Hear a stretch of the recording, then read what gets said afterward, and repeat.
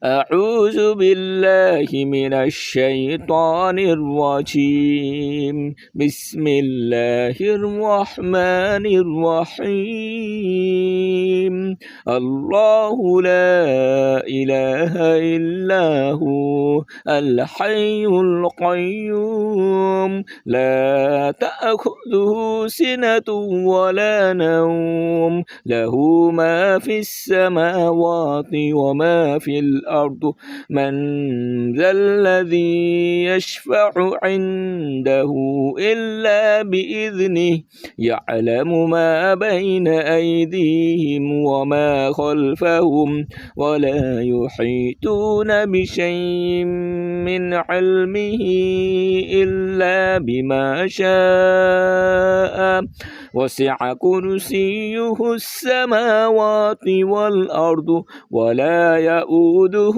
حفظهما وهو العلي العظيم صدق الله العظيم আলহামদুলিল্লাহ আয়াতুল কুরসি তেলাওয়াত করলাম, মনটা শান্ত হয়ে গেল।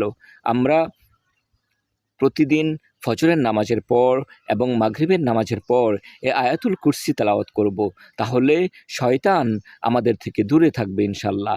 শয়তান কাছে আসতে পারবে না, ওয়াসওয়াসা দিতে পারবে না। আমরা বিভিন্ন রকম অপরাধ করে থাকি, পাপ করে থাকি। এই যে এই পাপ থেকে মুক্ত হওয়ার জন্য শয়তান ওয়াসওয়াসা দেই বলেই তো আমরা পাপ করে থাকি, তাই না?